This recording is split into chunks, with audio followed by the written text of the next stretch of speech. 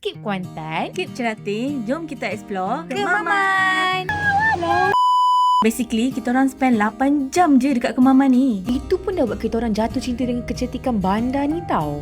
8 jam tu kita buat apa je, Su? Of course lah, food hunting. Sampai je Kemaman, kita orang terus pergi breakfast dekat kedai kopi Kemaman. Korang kena cuba nasi lemak ikan dengan kopi butter dia tau. Legit sedap.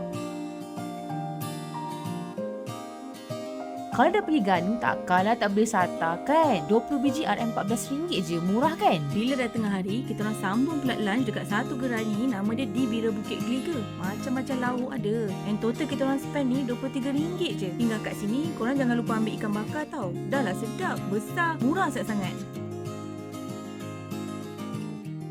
Dan kita orang pergi jalan-jalan dekat tempat bot nelayan. Tengok view ni.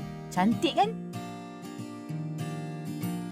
Dekat tepi ni ada kedai minum petang. So, kita orang pun singgah and makan celup tepung, nasi goreng ikan and air lychee lemon selasih. Not bad lah. Perut pun dah kenyang, tak tahu nak buat apa lagi. So, kita orang main rendah je pergi cari pantai. Dan jumpalah kedai kopi camping ni. Tapi walaupun tutup guys, view dekat sini lawa betul. Tengoklah ni.